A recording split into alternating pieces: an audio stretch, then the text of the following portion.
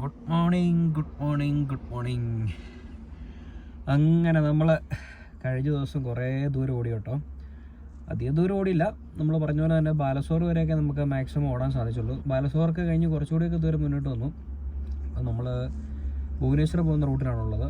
ഭുവനേശ്വർ ഇനിയിപ്പോൾ ഏകദേശം നമ്മളെന്തായാലും സ്റ്റോപ്പ് ചെയ്യുന്ന സമയത്ത് കാണിച്ചിരുന്നത് ഏകദേശം ഒരു 200 കിലോമീറ്റർ കൂടി ദൂരമുണ്ട്. അപ്പോൾ വരുന്ന വഴിക്ക് നല്ലൊരു പെട്രോൾ പമ്പ് കണ്ടു. നല്ലതെന്ന് പറയാനായിട്ട് കാരണം ഇത് സ്വാഗത്, ഇന്ത്യൻ ഓയിലിൻ്റെ സ്വാഗതം എന്ന് പറഞ്ഞ ഒരു പെട്രോൾ പമ്പാണ്. ഇതിൻ്റെ പ്രത്യേകത എന്താണെന്ന് വെച്ച് കഴിഞ്ഞാൽ നമുക്കിവിടെ കുളിക്കാനും അതോടൊപ്പം തന്നെ എല്ലാ സൗകര്യങ്ങളുണ്ട്. അതായത് എന്താ പറയുക, തുണി അലക്കാനും പിന്നെ അതോടൊപ്പം തന്നെ എന്താ പറയുക ഡോമട്രി, അങ്ങനെയുള്ള കുറേ സംഭവങ്ങളുണ്ട് ഇവർക്ക് സ്വാഗതത്തിൽ. ലോറിക്കാർക്ക് വേണ്ടിയിട്ടാണ് പ്രധാനമായിട്ട് അവരത് തുടങ്ങിയിരിക്കുന്നത്. പക്ഷേ നമുക്ക് സാധാരണ ഇതുപോലെ യാത്ര ചെയ്യുന്ന യാത്രികർക്കും കാർ പാർക്ക് ചെയ്ത് ഇതുപോലെ നമുക്ക് കിടന്നുറങ്ങാനായിട്ട് സാധിക്കുന്നതാണ്. പ്രത്യേകിച്ച് അനുവാദമൊന്നും ചോദിക്കേണ്ട കാര്യമില്ല. ഇനിയിപ്പോൾ ചോദിച്ചില്ലെങ്കിലും ഒന്നും അവർ പറയില്ല. അങ്ങനെ എന്തായാലും നമ്മൾ ഇന്ത്യൻ ഓയിലിൻ്റെ സ്വാഗതത്തിൽ വന്നിങ്ങനെ സുഖമായിട്ട് കിടന്നുറങ്ങി. ഇനിയിപ്പോൾ നമ്മളൊന്ന് ഫ്രഷപ്പ് ആണ്. അപ്പോൾ ഇനി എന്തായാലും നമുക്കൊന്ന് ഫ്രഷപ്പായിട്ട് ഇന്നത്തെ യാത്ര ആരംഭിക്കാം. ഇന്ന് നമ്മൾ ഒഡീഷയിലെ ഭുവനേശ്വർ വഴി നമ്മൾ നേരെ ആന്ധ്രാപ്രദേശ് ഭാഗത്തേക്ക് കിടക്കും. അതൊക്കെയാണ് ഇന്നത്തെ പ്ലാൻ. ഓക്കെ, അപ്പോൾ എല്ലാ കൂട്ടുകാർക്കും ഇന്ത്യ ഇൻസൈറ്റ് ചാപ്റ്റർ 1ൻ്റെ മറ്റൊരു പുതിയ വീഡിയോയിലേക്ക് സ്വാഗതം. Welcome to B bro stories. അങ്ങനെ എന്തായാലും കുളിച്ച് റെഡിയായി സെറ്റായി കേട്ടോ. പറഞ്ഞല്ലോ, സ്വാഗതം എന്ന് പറഞ്ഞ ആ ഒരു പെട്രോൾ പമ്പിൽ നമുക്ക് എല്ലാ സൗകര്യങ്ങളും ഉണ്ട്. പിന്നെ അത് മാത്രമല്ല, ഒരു കാര്യം കൂടി ഉണ്ട്. 1-2 കാര്യങ്ങൾ കൂടി ഞാൻ ഈ സ്വാഗതത്തിനെ കുറിച്ച് പറയാനുണ്ട്. അവിടെ ലോറിക്കാർക്ക് കിടക്കാനായിട്ടുള്ള ഡോമട്രികളുണ്ട്. ചില പമ്പുകളിലൊക്കെ തുണി കഴുകാനായിട്ട് വാഷിംഗ് മെഷീൻ സൗകര്യങ്ങളൊക്കെ കൊടുക്കുന്നുണ്ട്. അത് കുറച്ചുകൂടെ വലിയ പമ്പുകളിലാണ്. നമ്മളിപ്പോൾ കിടന്നത് ഒരു ഇടത്തരം സ്വാഗതത്തിലാണ്. അത്യാവശ്യം വലിയ പമ്പുകളിൽ ഒരുപാട് ഫെസിലിറ്റീസ് ഉണ്ട്. അവിടെ ബാർബർ ഷോപ്പ് വരെ ഉണ്ട്. അപ്പോൾ നമുക്ക് വേണമെങ്കിൽ രാവിലെ പോയിട്ട് താടിയും മുടിയോ വെട്ടേണ്ട ആൾക്കാർക്കൊക്കെ അവിടെ പോയി താടിയും മുടിയൊക്കെ വെട്ടി സെറ്റാകാൻ പറ്റും. പിന്നെ വാഷിംഗ് മെഷീൻ ഫ്രീ ആയിട്ട് ഉപയോഗിക്കാം, ഡോമട്രി ഫ്രീ ആയിട്ട് ഉപയോഗിക്കാം. പിന്നെ മറ്റവിടുത്തെ ഫെസിലിറ്റീസ് ഒക്കെ നമുക്ക് ഫ്രീ ആണ്. ഈ ബാർബർ ഷോപ്പിലൊക്കെ പൈസ കൊടുക്കണം, അത് പിന്നെ പുറത്തുനിന്ന് ആൾ വന്നിട്ട് ചെയ്യുന്നതാണല്ലോ. അപ്പം അങ്ങനെയുള്ള കാര്യങ്ങളൊക്കെ ക്യാഷ് കൊടുക്കണം. ബാക്കി അവിടുത്തെ ഫെസിലിറ്റീസ് ഒക്കെ നമുക്ക് ഉപയോഗിക്കാൻ പറ്റും. ഇതുപോലെ തന്നെ ഭാരത് പെട്രോളിയത്തിനുണ്ട്. അതിന് ഘർ എന്നാണ് പറയുന്നത്. ഘർ വലിയ ബോർഡ് കാണാൻ പറ്റും. നമ്മൾ നാഷണൽ ഹൈവേയിലൂടെ പോകുന്ന വഴിക്ക് സ്വാഗതം എന്നും ഘർ എന്നൊക്കെ പറഞ്ഞ് ബോർഡ് കാണുകയാണെങ്കിൽ നമുക്ക് അവിടെ സുഖമായിട്ട് കിടന്നുറങ്ങാനും അവിടുത്തെ എല്ലാ ഫെസിലിറ്റീസും നമുക്ക് ഉപയോഗിക്കാനായിട്ട് സാധിക്കുന്നതാണ്.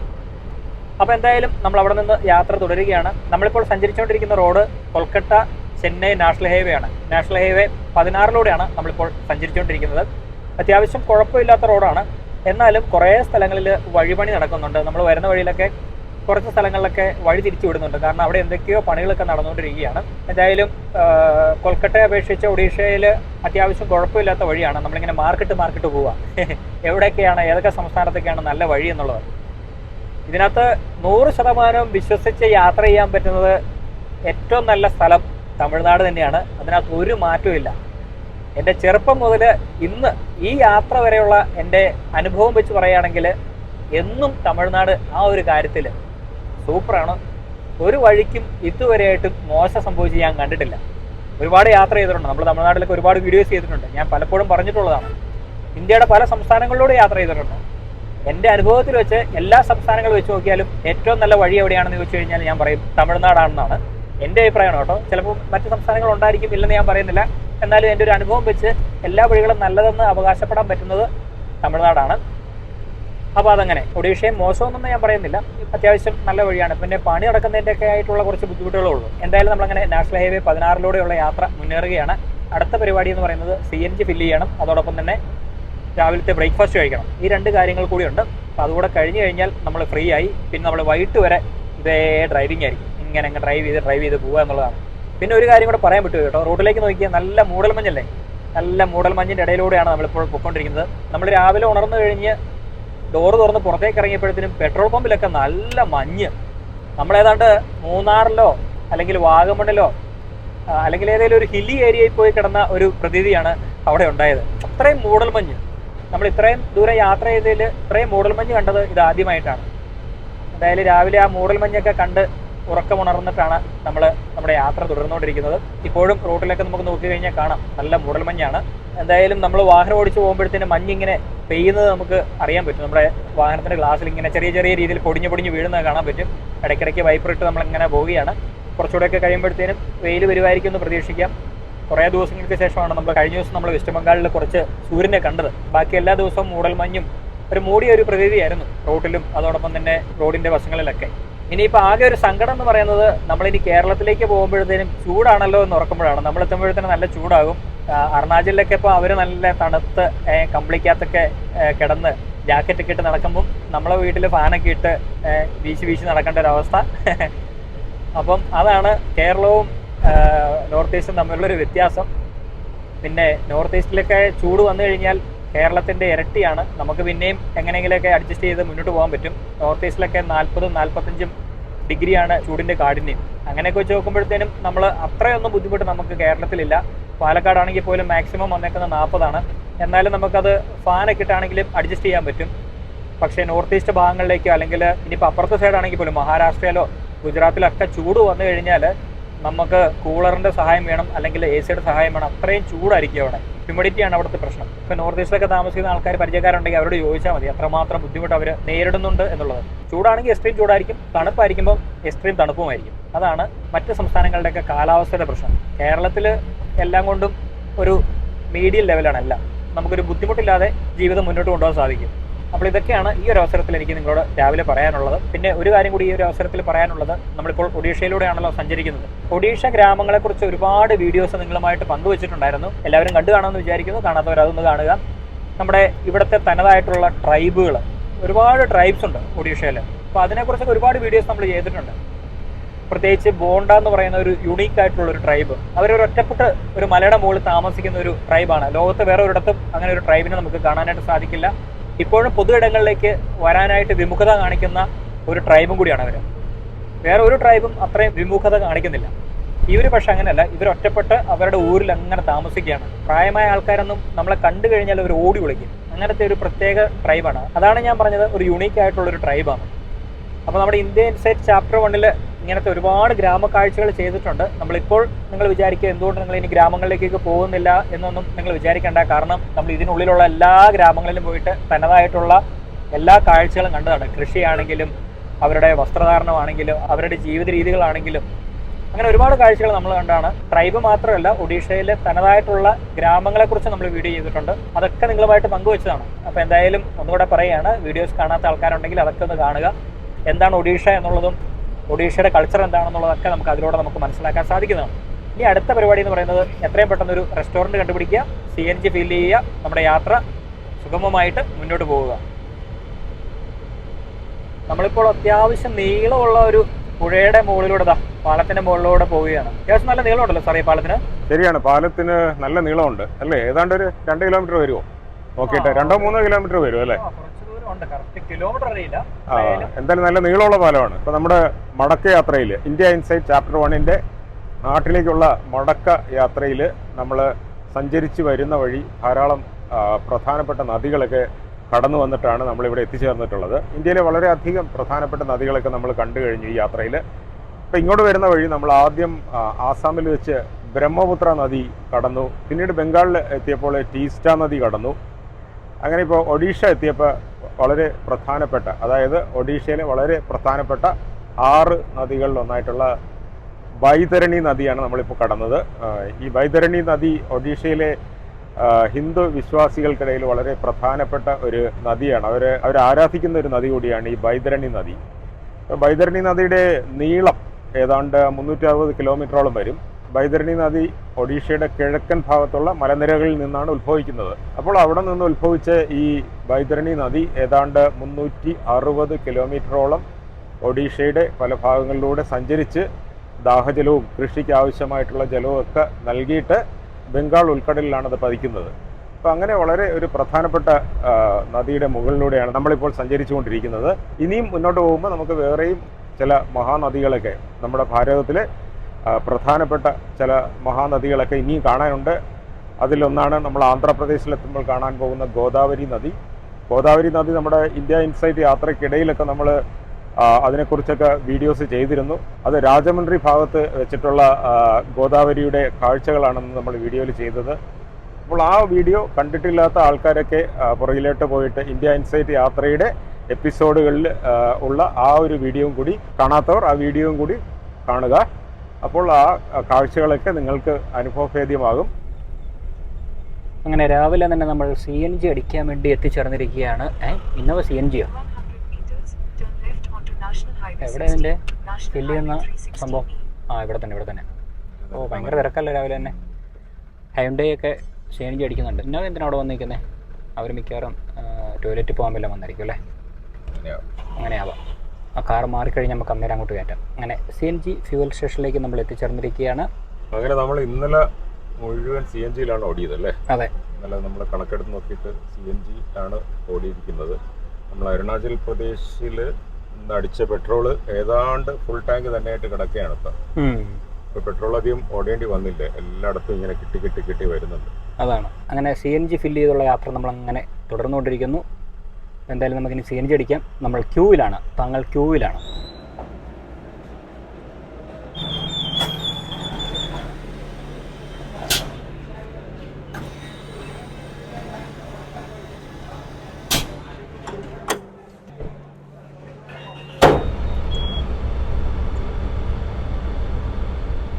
യാത്ര തുടങ്ങി അധികം കഴിയുന്നതിന് മുമ്പ് റെസ്റ്റോറൻറ്റ് കിട്ടി. ബ്രേക്ക്ഫാസ്റ്റ് കഴിക്കാനായിട്ട് നമ്മൾ കുറേ ഹോട്ടലൊക്കെ തപ്പി. അപ്പോൾ വഴിയിലൊക്കെ ഒരുപാട് ഹോട്ടലുണ്ട്, പലതും അത്ര വലിയ വൃത്തിയുള്ളതായിട്ട് തോന്നിയില്ല. അങ്ങനെ സാമാന്യ വൃത്തിയുള്ളൊരു ഹോട്ടൽ കണ്ടപ്പോൾ ഇവിടെ നിർത്തി നമ്മൾ ആഹാരത്തിനൊക്കെ ഓർഡർ ചെയ്തിരിക്കുകയാണ്. അപ്പോൾ ഇവരോട് അന്വേഷിച്ചപ്പോൾ സൗത്ത് ഇന്ത്യൻ ബ്രേക്ക്ഫാസ്റ്റ് കൊണ്ടെന്ന് പറഞ്ഞു. അതായത് ഉപ്മാവ്, ദോശ, വടയൊക്കെ ഇവിടെ ഉണ്ട്. അപ്പോൾ ബിബിൻ ഒരു ഉപ്മാവ് ഓർഡർ ചെയ്തു, ഞാനൊരു മസാല ദോശ ഓർഡർ ചെയ്തു. അങ്ങനെ നമ്മുടെ മസാല ദോശ എത്തി, ബീവിൻ ഓർഡർ ചെയ്തിട്ടുള്ള ഉപ്മാവ് എത്തി.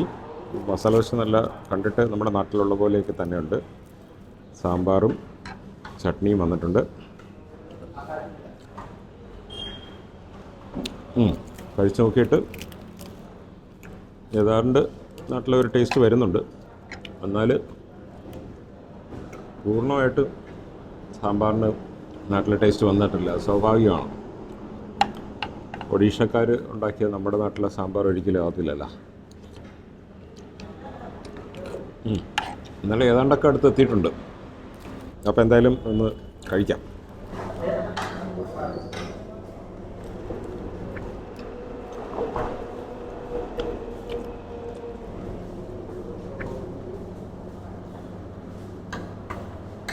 അങ്ങനെ CNG അടിച്ചു, ബ്രേക്ക്ഫാസ്റ്റ് കഴിച്ചു.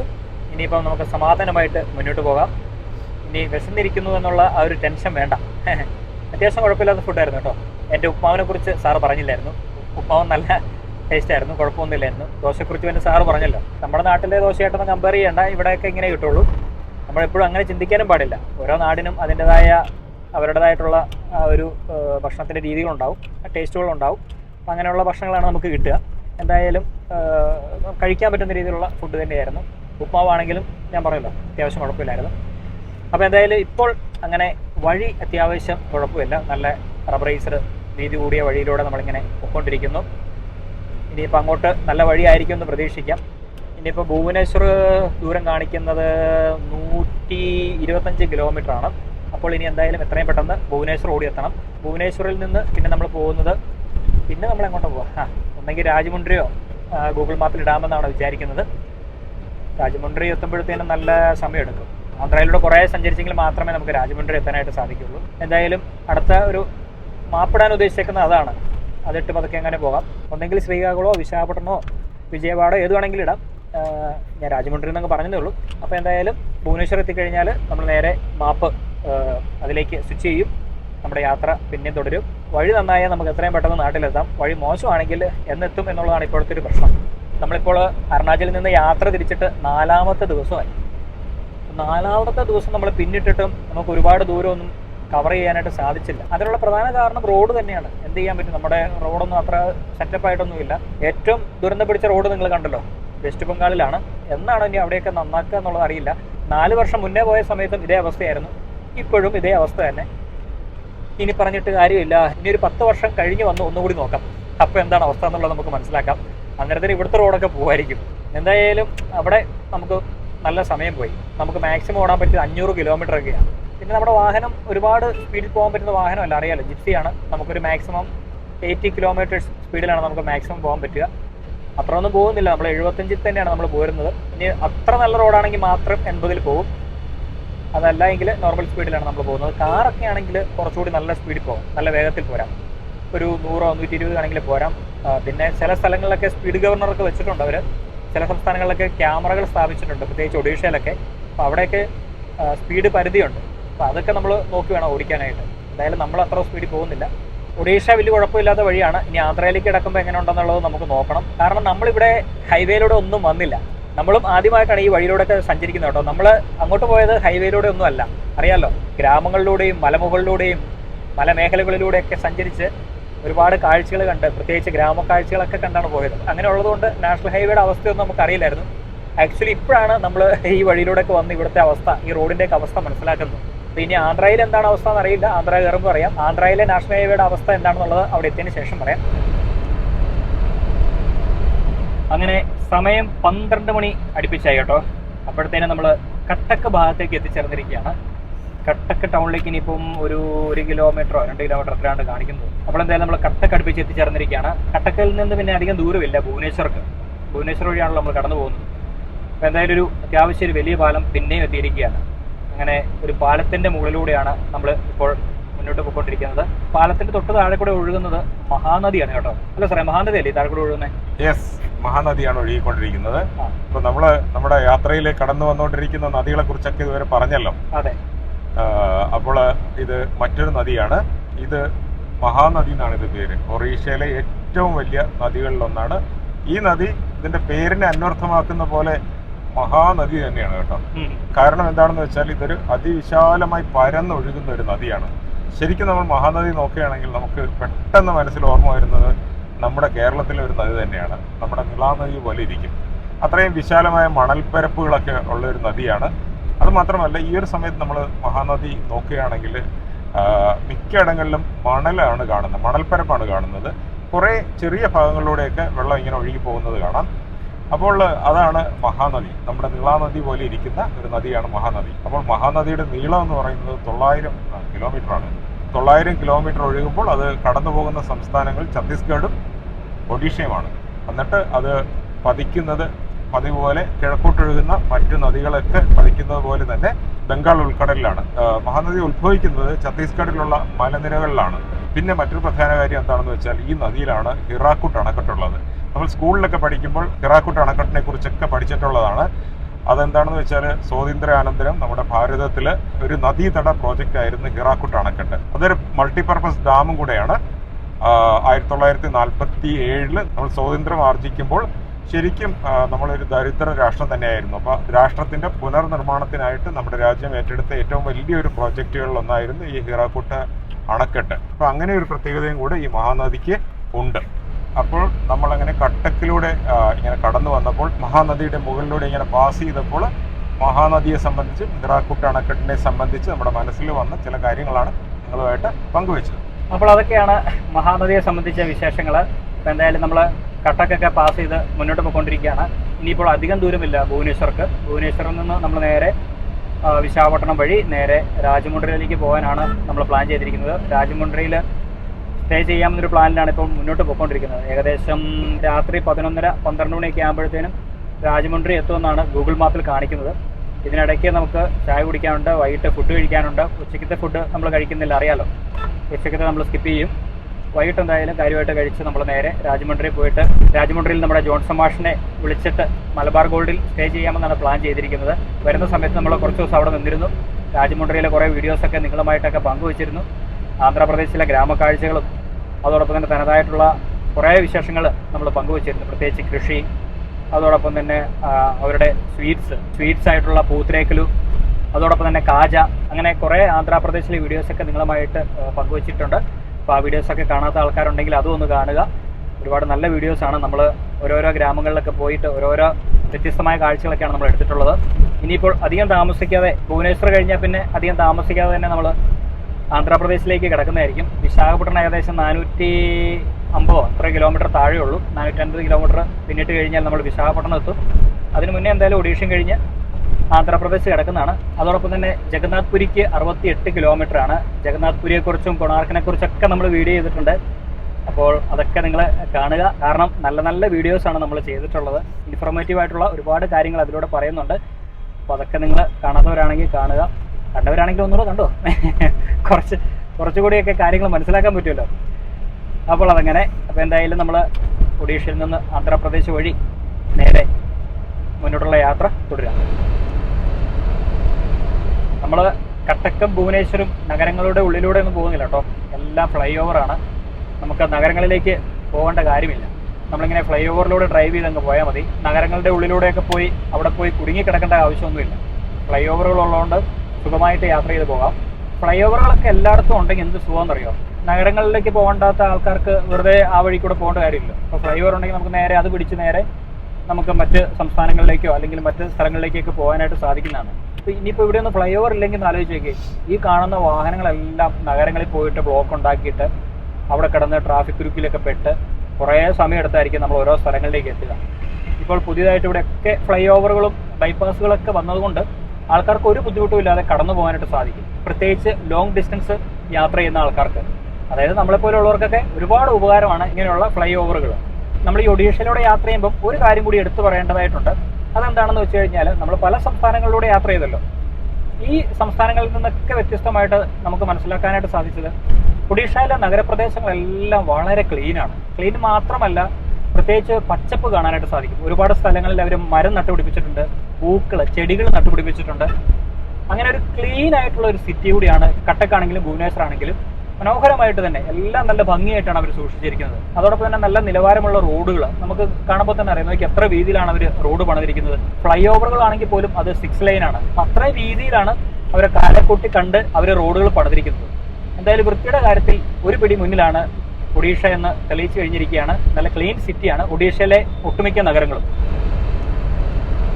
അങ്ങനെ സമയം 4:15 നമ്മൾ ആന്ധ്രാപ്രദേശിലേക്ക് എത്തിച്ചേർന്നിരിക്കുകയാണ്. ഒഡീഷ മണ്ണിനോട് വിട പറഞ്ഞ് ആന്ധ്രാപ്രദേശിൻ്റെ മണ്ണിലേക്ക് പ്രവേശിച്ചിരിക്കുകയാണ്. എന്തായാലും ഇത്രയും നേരം മനോഹരമായ റൂട്ടിലൂടെയാണ് നമ്മൾ യാത്ര ചെയ്ത് വന്നത്. അതിൻ്റെ ഒരു സന്തോഷമാണ് മുഖത്ത് കാണുന്നത്. നമ്മൾ എന്തായാലും ടോൾ കൊടുത്തതിനുള്ള റോഡ് നമുക്ക് കിട്ടിയിട്ടുണ്ട്. അത്യാവശ്യം നല്ല ടോൾ ചാർജ് വരുന്നുണ്ട്. 145, 125 ഒക്കെ വെച്ചാണ് ടോൾ ചാർജ് വരുന്നത്. എന്നാലും കുഴപ്പമില്ല, കാരണം നല്ല റോഡും നല്ല ഫെസിലിറ്റീസുമാണ് ഇവരിവിടെ നമുക്ക് നൽകുന്നത്. ഇപ്പോൾ ടോയ്ലറ്റൊക്കെ ആണെങ്കിൽ പല സ്ഥലങ്ങളിൽ ക്ലീനായിട്ട് ഉള്ളത് നമുക്ക് കാണാൻ സാധിച്ചു. അവിടെ സ്റ്റാഫിനെയൊക്കെ നിർത്തിയിട്ട് അവർ ക്ലീൻ ചെയ്യിപ്പിക്കുന്നൊക്കെ ഉണ്ട്. അപ്പം എന്തായാലും നല്ലൊരു റോഡ് തന്നെയാണ്. മാത്രമല്ല, നമ്മളിപ്പോൾ കാണുന്ന ഈ ചെടികളൊക്കെ ഉണ്ടല്ലോ, അതൊക്കെ അവർ വെട്ടി പ്രൂൺ ചെയ്ത് നിർത്താനുള്ള ആൾക്കാരെ ഏർപ്പാടാക്കിയിട്ടുണ്ട്. മൊത്തത്തിൽ ക്ലീനിങ്ങും ചെടിയൊക്കെ വെട്ടി നല്ല ക്ലിയർ ചെയ്യുന്ന കാര്യങ്ങളൊക്കെ നടക്കുന്നുണ്ട്.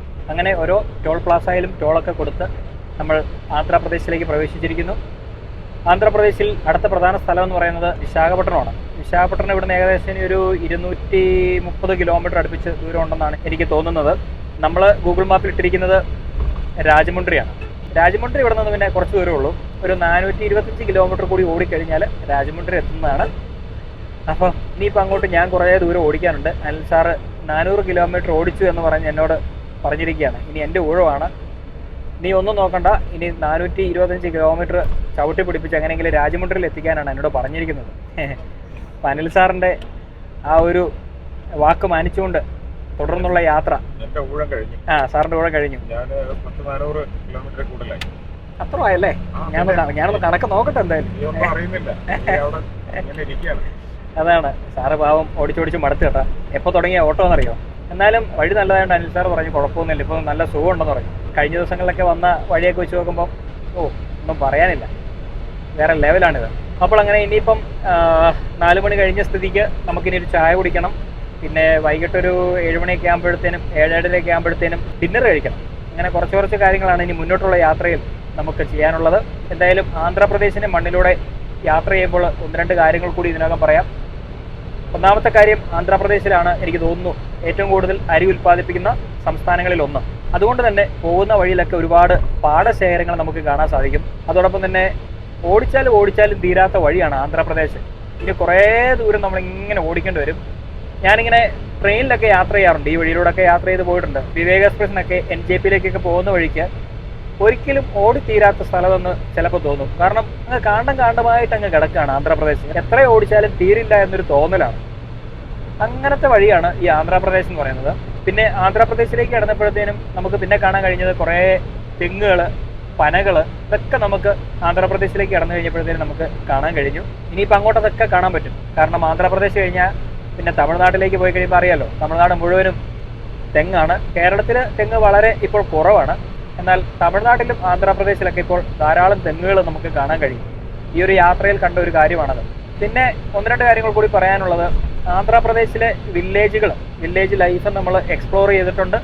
ഇവിടുത്തെ ജീവിത സാഹചര്യങ്ങളും അതോടൊപ്പം തന്നെ ഇവരുടെ കൃഷിയെക്കുറിച്ചും പ്രത്യേകിച്ച് നെല്ലിനെ കുറിച്ചുള്ള കാര്യങ്ങൾ, എങ്ങനെയാണ് നെല്ല് അരിയായി മാറി അത് നമ്മുടെ നാട്ടിലെത്തുന്നത് എന്നൊക്കെയുള്ള വീഡിയോസൊക്കെ നമ്മൾ ചെയ്തിട്ടുണ്ട്. അപ്പോൾ ആ വീഡിയോ ഒക്കെ നമ്മുടെ ഇന്ത്യ ഇൻസൈറ്റ് ചാപ്റ്റർ 1 ഭാഗമായിട്ടുള്ള സീരീസുകൾ നിങ്ങൾ പുറകോട്ട് നോക്കിക്കഴിഞ്ഞാൽ നിങ്ങൾക്ക് കാണാൻ സാധിക്കും.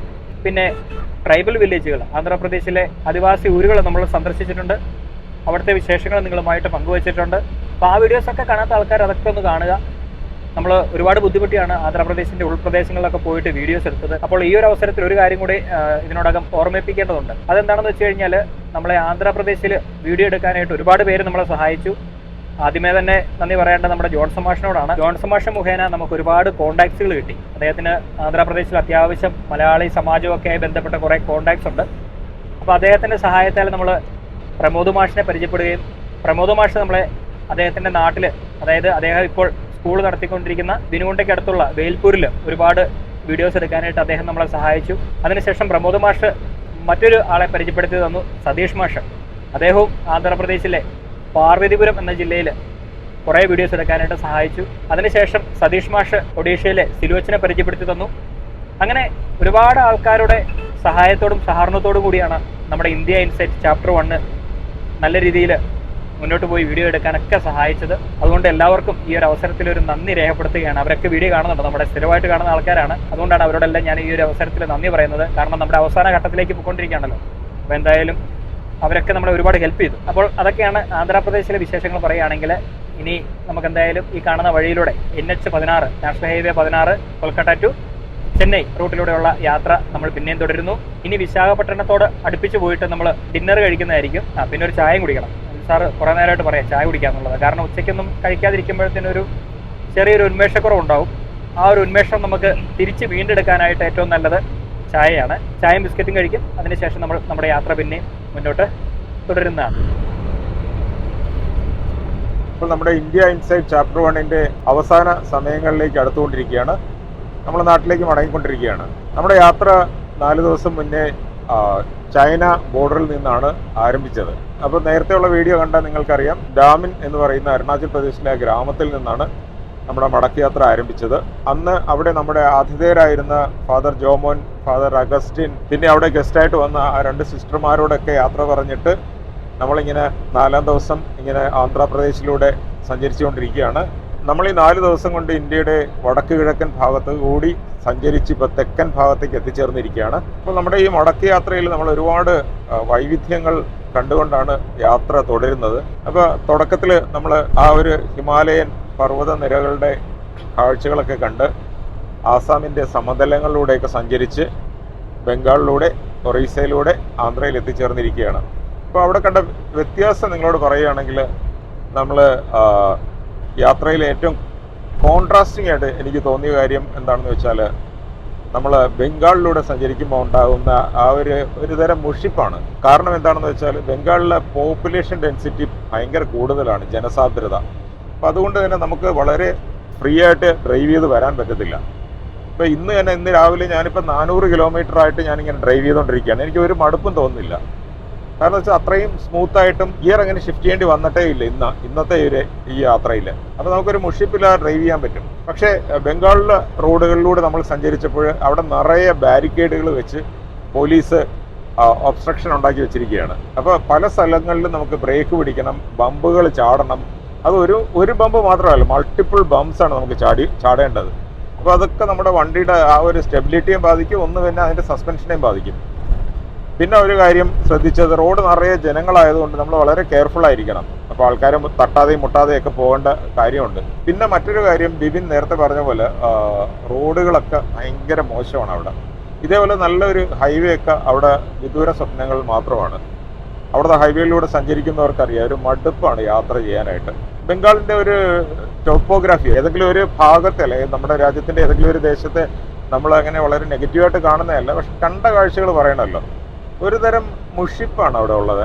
വൃത്തിഹീനമായിട്ടുള്ള ഒരു സ്ഥലമായിട്ടാണ് എനിക്ക് ബംഗാൾ ഫീൽ ചെയ്തത്. സത്യം പറഞ്ഞാൽ ഞാൻ വീണ്ടും തിരിച്ചു പോകാൻ ആഗ്രഹിക്കാത്ത ഒരു സ്ഥലം കൂടിയാണ് ബംഗാൾ. എന്താണെന്നത് എനിക്ക് പറഞ്ഞറിയിക്കാനും പറ്റുന്നില്ല. കാരണം വെച്ചാൽ അത് അവിടുത്തെ ഒരു മണ്ണിന്റെ ഇതാണോ, ഒരു മൊത്തം ഒരു പൊടിയും എല്ലായിടവും വളരെ വൃത്തിഹീനമായിട്ടാണ് എനിക്ക് ഫീൽ ചെയ്യുന്നത്. അതേപോലെ ആഹാരം കഴിക്കാനായിട്ട് നമുക്ക് നല്ലൊരു ഹോട്ടൽ കിട്ടുന്നുണ്ടായില്ല.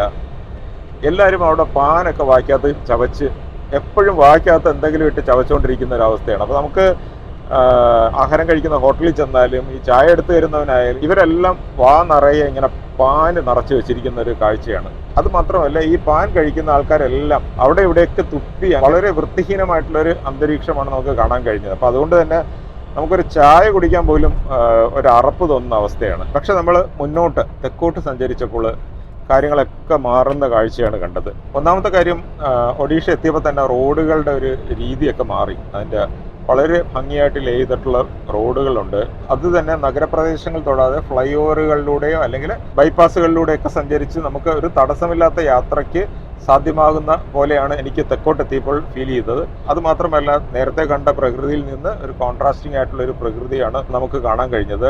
ആ ഒരു മുഷിപ്പില്ലാത്ത പച്ചപ്പും വൃത്തിയും ഭംഗിയും ഒക്കെ ഉള്ളൊരു പ്രകൃതിയാണ് നമ്മൾ തെക്കോട്ട് വരുമ്പോൾ കാണുന്നത്. ആ വടക്കോട്ട് നമ്മൾ കണ്ടിരുന്ന ആ ഒരു വൃത്തി ഇല്ലായ്മയൊന്നും ഇവിടെ കാണാൻ കഴിയില്ല. പിന്നെ തെക്കോട്ട് വരുന്തോറും ഈ പാൻ ചവയ്ക്കുന്ന ആൾക്കാരുടെ ആധിക്യം കുറയുകയാണ്. നമുക്കറിയാമല്ലോ, കേരളത്തിൽ സർക്കാർ ഇങ്ങനെയുള്ള പാൻ മസാലകളൊക്കെ നിരോധിച്ചതുകൊണ്ട് നമുക്ക് അങ്ങനെ ഒരു അനുഭവം ഇല്ല. ഈ പാൻ മസാല കഴിക്കുന്നത് കൊണ്ടുണ്ടാകുന്ന ഒരു ഏറ്റവും ഒരു സാമൂഹ്യമായിട്ടുള്ള ഒരു വിപത്തെന്ന് തന്നെ ഞാൻ പറയുന്നു. എല്ലായിടത്തും ഒരു തുപ്പിയിടും. പൊതുസ്ഥലങ്ങളെല്ലാം ഈ പാൻ്റെ തുപ്പൽ കൊണ്ട് നിറഞ്ഞിരിക്കുന്ന കാഴ്ചയൊക്കെ നമുക്ക് വടക്കോട്ടുള്ള യാത്രകളിൽ നമുക്ക് കാണാൻ കഴിയും. പക്ഷേ തെക്കോട്ട് സഞ്ചരിക്കുമ്പോൾ പാനിൻ്റെ ഉപയോഗം ഇല്ലാത്തത് കൊണ്ട് തന്നെ നമുക്ക് ഏതെങ്കിലും ഒരു ഭക്ഷണശാലയിൽ പോയി എന്തെങ്കിലും കഴിക്കുമ്പോൾ ഉണ്ടാകുന്ന ആ ഒരു അറപ്പെന്ന് പറഞ്ഞൊരു ഫീലിംഗ് ഇല്ലാതാവും. ഇതൊക്കെ തന്നെയാണ് നമ്മൾ വടക്ക് നിന്ന് തെക്കോട്ട് സഞ്ചരിക്കുമ്പോൾ ഞങ്ങൾക്ക് അനുഭവപ്പെട്ട പ്രധാനപ്പെട്ട കാര്യങ്ങൾ.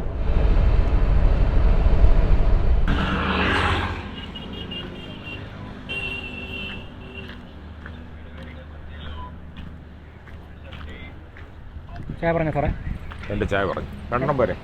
രണ്ടെണ്ണം മതി, തൽക്കാലം രണ്ടെണ്ണം മതി. വേണമെങ്കിൽ പിന്നെ പറയാമല്ലോ. അയ്യോ, ചായക്കട ഇവിടെ ഉണ്ടല്ലോ. ഓടിച്ച് ഒരു പരുവായി. കാര്യമിന്റെ കരുത്തും മാടപ്രാവിന്റെ ഹൃദയമുള്ള സാറ് മടത്തുന്നോ? നീ എന്നെ സൂചിപ്പിക്കാൻ പറയല്ലേ? അപ്പൊ ഞാൻ വീണ്ടും ഓടിക്കുന്നാണ് നിന്റെ ധാരണ. ഇല്ല മോനെ, ചായ ഇല്ലെന്നാണേ. അല്ലേ, പെട്ടെന്നുള്ള ചായ വന്നോ? ആ, വായിച്ചോ. അപ്പൊ ഇവിടെ വെക്കാം, ഇവിടെ വെച്ചോ. ഇനി ഇവിടെ ഇരുന്ന് ചായ കുടിക്കാം. അവിടെ പണി നടക്കുന്നുണ്ട്. നീ എന്നെ സൂചിപ്പിച്ചിട്ട് വീണ്ടും വണ്ടി ഓടിപ്പിക്കാനുള്ള നിന്റെ ഒരു കുൽസിത നീക്കമായിട്ട് ഞാൻ അതിനെ മനസ്സിലാക്കുന്നല്ലേ, കാണുകയാണ്. കണ്ടുപിടിച്ച് കളഞ്ഞു സാറ്. അയ്യ അമ്മേ, അങ്ങനെ എത്ര ദൂരം നമ്മള് ഡ്രൈവ് ചെയ്തല്ലേ. പിന്നെ ഇന്ന് നമ്മൾ നമ്മുടെ ഒരു ടാർഗറ്റ് ഫുൾഫിൽ ചെയ്യുമെന്ന് തോന്നുന്നു. നമ്മള് ഒരു 800 ആണല്ലോ ടാർഗറ്റ് ആയിട്ട് ഇട്ടിരിക്കുന്നത്. അതെ അതെ അതെ. പിന്നെ ഇനിയൊരു 400 കിലോമീറ്ററും കൂടെ ഉണ്ട് ഓടിക്കാനായിട്ട്. 400 കിലോമീറ്റർ 400 ചില്ലറ ഉണ്ട്. അപ്പൊ നമ്മുടെ ഒരു 800 കിലോമീറ്റർ എന്ന് പറഞ്ഞ ടാർഗറ്റ് ഇന്ന് ഫുൾഫിൽ ചെയ്യും. ആദ്യത്തെ ഒരു അത്ഭുതം. പക്ഷെ റോഡ് ഇത്ര സ്മൂത്ത് ആയതുകൊണ്ട് മാത്രമാണ്, അല്ലെങ്കിൽ നമുക്ക് ഇങ്ങനെ ഓടിക്കാൻ പറ്റില്ല. ഇവരുടെ ചായക്ക് മധുരം കൂടില്ല, ആന്ധ്രക്കാരുടെ. പിന്നെ അവരെ ഇട്ട് വെച്ചിരിക്കുന്നതുകൊണ്ട് നമുക്ക് നമ്മുടെ ഓപ്ഷൻസ് ഒന്നും പറയാൻ പറ്റില്ല. അല്ലെങ്കിൽ നമുക്ക് മധുരം കുറച്ചെന്നൊക്കെ പറയാം. അപ്പോൾ ഇനി ഞാൻ ചായ കുടിച്ചു നോക്കട്ടെ എങ്ങനെ ഉണ്ടെന്ന്. മധുരം കൂടുതലാന്ന് സാറ് പറഞ്ഞത്. ഓ, ഇത് ഇച്ചിരി കട്ടി മധുര. ഒഡീഷയിൽ ഇത്ര മധുരം ഇല്ലായിരുന്നു കേട്ടോ. ഇവിടെ ഇല്ലായിരുന്നു, നമ്മുടെ വെസ്റ്റ് ബംഗാളിലും ഇല്ലായിരുന്നു, ഇത്ര മധുരം ഇല്ലായിരുന്നു. അതെ, ആന്ധ്രയുടെ കാര്യം പറയുമ്പോൾ ആന്ധ്രയിലെ ചായയുടെയും ആഹാരത്തിന്റെ കാര്യത്തിലേക്ക് അവര് ഉപ്പും പഞ്ചസാരയൊക്കെ ഉപയോഗിക്കുന്നത് വളരെ എക്സ്ട്രീം ലെവലിലാണ്. നല്ല മധുരമായിരിക്കും ചായക്ക്. അത് മാത്രമല്ല, ആഹാരം എങ്ങനെയാണ്? ഉപ്പ് എന്ന് പറഞ്ഞാൽ എന്തെങ്കിലും ഒരു BP പേഷ്യൻ്റ് ഒക്കെ വന്നാൽ അവൻ 2 ദിവസം കൊണ്ട് നിലം പരിശാവും. അതാണ് ഇവിടുത്തെ ഫുഡിലെ ഉപ്പിന്റെ അവസ്ഥ, അല്ലേ? നമ്മൾ നമ്മൾ യാത്രയിൽ അങ്ങോട്ട് സഞ്ചരിച്ച സമയത്ത് ആന്ധ്രയിലും ഒഡീഷയിലും കുറച്ച് ഭാഗത്തുണ്ടായിരുന്നു. ഉപ്പ് ഭയങ്കരമാണ്, അതേപോലെയാണ് ഈ മധുരവും. ഇതിപ്പം ഇവരുടെ ടീ ടൈം എന്ന് പറഞ്ഞ ബ്രാൻഡാണ് കേട്ടോ. ടീ ടൈം നമ്മൾ ആന്ധ്രയിലൂടെ എവിടെ സഞ്ചരിച്ചാലും നമുക്ക് കാണാൻ സാധിക്കും. ഒരുപാട് സ്ഥലങ്ങളുണ്ട് ഈ ഒരു ബ്രാൻഡ് ടീ ടൈം. ഈ ടീ ടൈം എനിക്ക് തോന്നുന്ന ഒരു ഫ്രാഞ്ചൈസി പോലെ അവർ കൊടുക്കുകയാണ്. അപ്പം ഈ പറയുന്ന പോലെ ആന്ധ്രയിലെ പല ഭാഗങ്ങളിലൂടെ നമ്മൾ സഞ്ചരിക്കുമ്പോൾ ഇതുപോലത്തെ ടീ ടൈമിൻ്റെ സ്ഥലങ്ങൾ നമുക്ക് കാണാൻ സാധിക്കും. അതായത് ടീ വിൽക്കുന്ന ചായ പോയിന്റുകൾ എന്ന് വേണമെങ്കിൽ പറയാം. അങ്ങനത്തെ ഒരുപാട് സ്ഥലങ്ങളിലായിട്ട് നമുക്ക് കാണാൻ കഴിയും. അത്യാവശ്യം കുഴപ്പമില്ലാത്ത ചായയാണ് സാധാരണ കിട്ടാറുള്ളത്. പക്ഷേ ഇത് അത്ര ഒരു ഇതായിട്ട് എനിക്ക് തോന്നിയില്ല. ഒരു എന്താ പറയുക, മധുരവും കൂടുതൽ, പിന്നെ പറയുന്നത് പോലെ ഒരു വെള്ളവും കൂടുതലാണെന്ന് തോന്നുന്നു ചായക്ക്. അങ്ങനെ മൊത്തത്തിലൊരു ചെറിയ ശോകമാണ് ചായയിൽ. പക്ഷേ മിടുക്കന്മാർ, അതായത് ചായ ഉണ്ടാക്കുന്നതിൽ മിടുക്കന്മാർ. തമിഴന്മാർ തന്നെയാണ്. അത് പിന്നെ അംഗീകരിക്കാൻ അല്ലേ? അവര് പറയാതിരിക്കാൻ പറ്റില്ല. അവരുടെ ചായ സൂപ്പറാണ്. പിന്നെ ചായയിൽ തന്നെ നമ്മൾ എന്തുമാത്രം വൈവിധ്യം ഈ യാത്രയെ കണ്ടിരിക്കുന്നത്. അതാണ് ഒഡീഷക്കാരുടെ ചായയുടെ പ്രത്യേകത നീ പറഞ്ഞേ, എന്താ ഉള്ളത് അതിനകത്ത്? ഒഡീഷക്കാരുടെ അതിനകത്ത് ചിലര് വെറ്റില ഉപയോഗിക്കുന്നുണ്ട്, പിന്നെ പുകയിൽ ഞെട്ട് ഉപയോഗിക്കുന്നുണ്ടോ എന്ന് എനിക്കൊരു സംശയമുണ്ട്. അതാണ് നമ്മുടെ സതീഷ് മാഷ് എന്തോ പറഞ്ഞിരുന്നു. ഒഡീഷയിൽ നമ്മൾ കുടിക്കുന്ന ചായക്ക് ഒരു പ്രത്യേകതയുണ്ട്. അത് എന്താണെന്ന് വെച്ചാൽ അതിനകത്ത് ഒരു വെറ്റില ഇടും. അപ്പോൾ അങ്ങനത്തെ ഒരു ടേസ്റ്റും കൂടെ ചേർന്നിട്ടാണ് കിട്ടുന്നത്. പിന്നെ ചില സ്ഥലങ്ങളിൽ നമുക്ക് വിവരിക്കാനാവാത്ത എന്തൊക്കെയോ സാധനങ്ങൾ ഇടുന്നുണ്ട്. പിന്നെ കുരുമുളക് ഇട്ട് ചായ ഇട്ടിട്ടുണ്ട്. കുരുമുളക് പൊടി. അത് ശരിയാണ്. നമ്മള് യാത്ര അങ്ങോട്ട് പോയപ്പോഴ് ബെറാംപൂർ എന്ന് പറഞ്ഞ ആ ഭാഗം ഉണ്ടല്ലോ ഒഡീഷയിലാണ്. അവിടെ നമ്മൾ പുരിയിലേക്ക് പോകുന്ന സമയത്ത് വൈകിട്ട് ഒരു സമയത്ത് ഒരു ചായ കുടിച്ചു. അതിനകത്ത് നല്ല കുരുമുളക് ഇട്ടിട്ടുണ്ടായിരുന്നു. അങ്ങനെ പിന്നെ ഇഞ്ചിയൊക്കെ ധാരാളമായിട്ട് ഉപയോഗിക്കുന്നവരുണ്ട്. ജിഞ്ചർ ടീ എന്ന് പറഞ്ഞു കൊടുക്കും. ഇവിടെ തന്നെ ഉണ്ട് ജിഞ്ചർ ടീ ഒക്കെ ഉണ്ട്. അത് പറഞ്ഞാൽ ചിലപ്പോൾ സെപ്പറേറ്റ് തന്നേനെ കേട്ടോ. മധുരം കുറച്ച് വരെ ചിലപ്പോൾ തന്നേനെ പറഞ്ഞു കഴിഞ്ഞാൽ. പിന്നെ അത് മാത്രമല്ല, ഭാഷ പറഞ്ഞ് മനസ്സിലാക്കണ്ടേ. ഇഞ്ചിക്ക് ഇതിപ്പോ തെലുങ്ക് നാട്ടിലാണല്ലോ. കന്നഡയായിരുന്നെങ്കിൽ ശുണ്ടി എന്ന് പറഞ്ഞാൽ മതിയായിരുന്നു. തെലുങ്കിൽ എന്താ ഇഞ്ചിക്ക് പറയുന്നത് ഞാൻ മറന്നുപോയി. കാര്യം പറഞ്ഞാൽ ഞാൻ പഠിച്ചായിരുന്നു. തെലുങ്കിൽ ഞാൻ പെട്ടെന്ന് എനിക്കൊരു കൺഫ്യൂഷൻ ആയി കേട്ടോ. രണ്ട് ചായ എങ്ങനെ പറയുന്നു? ഇരട് ചായ അല്ല, പിന്നെ അതെവിടെയാ ഇവിടുത്തെ ഭാഷ? ഇരട് മറ്റേ കന്നഡയിലാണല്ലേ? ഇവിടെ എക്കട്ടി എന്ന് പറഞ്ഞ ഒന്ന്. രണ്ടിനെന്താണ്? രണ്ട് ഞാൻ മറന്നുപോയി. ആന്ധ്രയിലൂടെ കറങ്ങിയ സമയത്ത് അതൊക്കെ പഠിച്ചായിരുന്നു കേട്ടോ. എക്കട്ടി എന്നാണ് അവരുടെ ഒന്ന്. എനിമതി എന്ന് പറയാൻ പഠിച്ചു നമ്മള്. എനിമതി 8. പിന്നെ 10. അതൊക്കെ ഞാൻ രണ്ട് പറഞ്ഞില്ലല്ലോ. രണ്ട് ഞാൻ മറന്നുപോയി. നല്ല ഓർമ്മശക്തി ആയതുകൊണ്ടേ. അപ്പൊ ഇനി ഒരുപാട് നേരം ഇങ്ങനെ പറഞ്ഞിങ്ങനെ പോയി കഴിഞ്ഞാൽ സമയം പോകും. ചായ കുടിച്ചിട്ട് നമുക്ക് ബാക്കി യാത്ര തുടരാനുള്ളതാണ്. ഇനി എനിക്കാണല്ലോ ഊഴം. 400 കിലോമീറ്റർ ഓടിക്കാൻ. ഇനി നീ വേണം ഓടിക്കാനായിട്ട്. ഞാനങ്ങ് മടുത്ത്.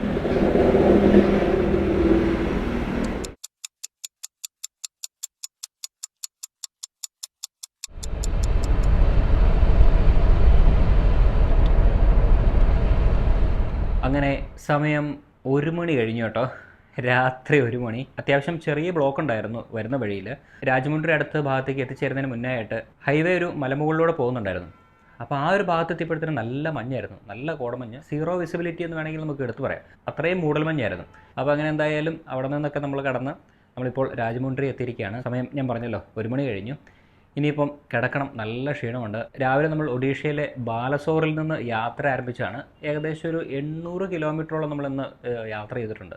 നമ്മളിവിടെ താമസിക്കുന്നത് മലബാർ ഗോൾഡിൻ്റെ ഗസ്റ്റ് ഹൗസിലാണ്. അപ്പോൾ എന്തായാലും ഇങ്ങനെ ഒരു സൗകര്യം നമുക്ക് ഇവിടെ ഉള്ളതുകൊണ്ട് നമുക്ക് സ്റ്റേ ചെയ്യാനായിട്ട് സാധിച്ചു. അപ്പോൾ അതാണ് വിശേഷങ്ങളൊക്കെ. ഇനിയിപ്പോൾ വേറെ പ്രത്യേകിച്ചൊന്നുമില്ല. ഇനിയിപ്പോൾ കിടന്നുറങ്ങുന്നു. പതിവ് പോലെ നമ്മുടെ യാത്ര നാളെ ആരംഭിക്കുന്നതാണ്. ഇനി അടുത്ത ദിവസം മറ്റു വിശേഷങ്ങളുമായിട്ട് കാണാം. അതുവരെ ഗുഡ് നൈറ്റ്.